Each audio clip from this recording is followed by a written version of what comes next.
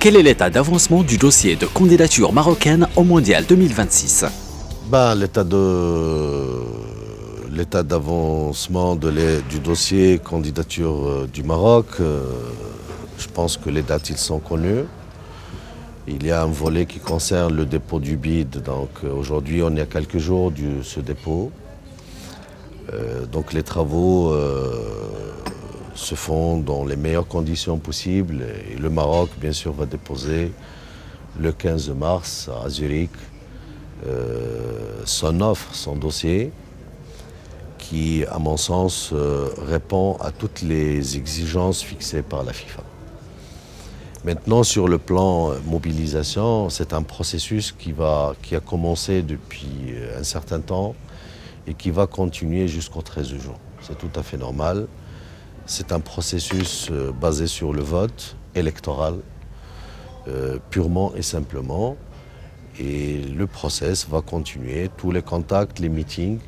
Là, on est aujourd'hui, il y a bien sûr le symposium football féminin, mais il y a l'autre espace qui est aujourd'hui offert à la partie marocaine pour expliquer son offre, pour expliquer toutes les incompréhensions qui fragilisent les positions des uns et des autres. Il y a 54 quand même fédérations ici qui votent et qui vont voter le 13. Et donc, comme je l'ai dit, c'est un espace formidable. Quel rôle joue le président de la Fédération royale marocaine de football dans ce processus? C'est évident, le président, ma personne, je suis là pour tout d'abord faciliter tous ces contacts.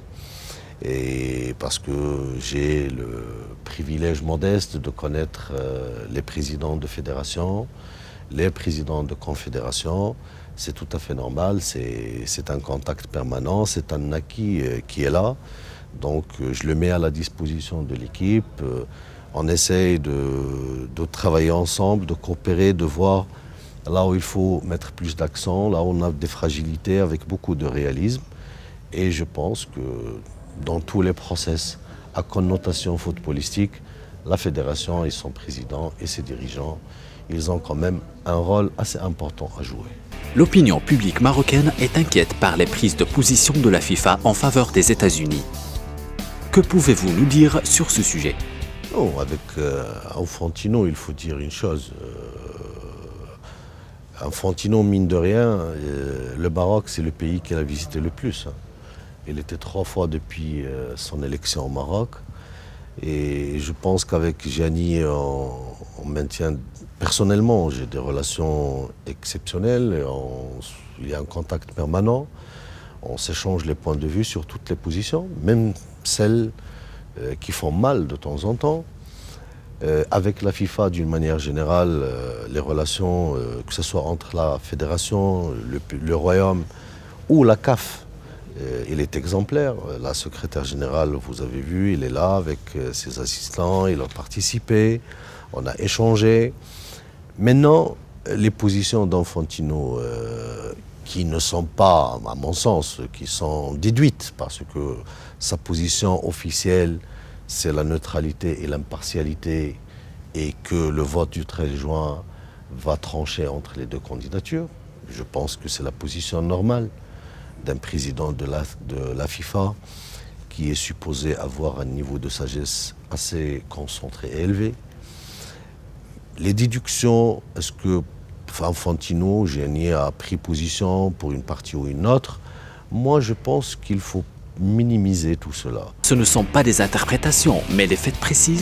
Je vais vous expliquer très simplement qu'aujourd'hui, il y a au niveau de la FIFA, il faut distinguer entre deux choses.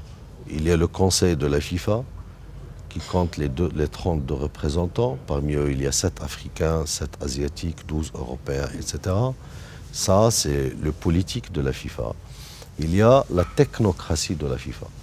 Moi, je pense que la technocratie de la FIFA, il vit toujours le traumatisme du passé. Il est toujours dans cette logique. Il est dans une phase de transition difficilement, qui demande beaucoup et qui nécessite beaucoup de temps et de courage pour la dépasser. Mais cette situation de transition de la technocratie de la FIFA, il faut la nuancer. Est-ce que vous faites part de ces prises de position à Infantino quand vous le rencontrez? Directement et à toutes les reprises. Et d'ailleurs, même la secrétaire générale qui est arrivée donc avant-hier ici à Marrakech, et il m'a transmis le message de Gianni comme quoi lui, il est impartial, il n'est ni pour une candidature ou une autre. Il nous a souhaité bonne chance et tout en conseillant, en recommandant de se concentrer effectivement sur le bid marocain, sur ce que je viens de dire. Maintenant, évidemment, la FIFA, il a les moyens, il a ses systèmes de suivi de ce qui se dit autour des candidatures. Il n'en a pas 30 000, c'est une Coupe du Monde tous les 4 ans. Donc je sais que Gianni, évidemment, à chaque fois qu'il y ait des inquiétudes des Marocains légitimes que moi-même j'ai exprimées, à chaque fois, bien sûr, il est au courant, il essaie de répondre. Vous l'avez bien remarqué, que ce soit à Casa ou à d'autres occasions, il a tenu quand même à répondre en réitérant la position neutre et impartiale de la FIFA. Vous qui êtes un homme de chiffres, ne vous arrive-t-il pas de douter face à la confusion qui règne au sein de la FIFA? Moi, je vous dirais que j'essaie même de positiver les choses et de dire que ces positions démesurées de temps en temps des responsables, qui logiquement devaient être des positions, comme je l'ai dit, impartiales, jouent en faveur de notre candidature. Parce que les gens observent effectivement, réellement, qu'au lieu de présenter des choses objectives et de défendre des positions d'une manière correcte et légale, ils constatent qu'il y a des dérapages par rapport aux positions que, comme j'ai dit, supposées être dans l'impartialité totale. Et donc en positivant ces positions, bien sûr, il faut toujours être réaliste.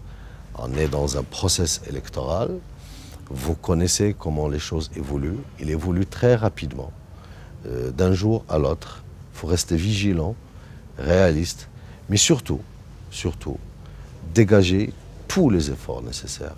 Tout ce qu'on peut faire, il faut le faire. Il ne faut pas hésiter une seconde. Il ne faut rien regretter après le 13 juin.